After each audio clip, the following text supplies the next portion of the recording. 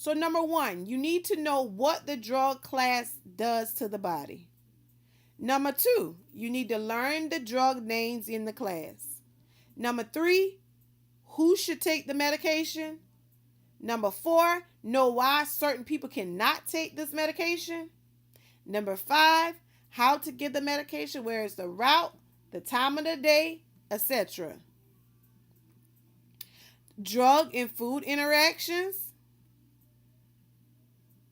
No common side effects. Remember that common side effects are predictable even though they are not desirable. So don't get them twisted with your adverse reactions, which those are those things that could very much cause harm to your patient, and the medication then could not actually be being effective at all.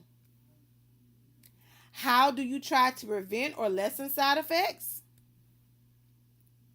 Educate your patient on the medication, how it works, the side effects, how to prevent those side effects, and most importantly, when to call the provider.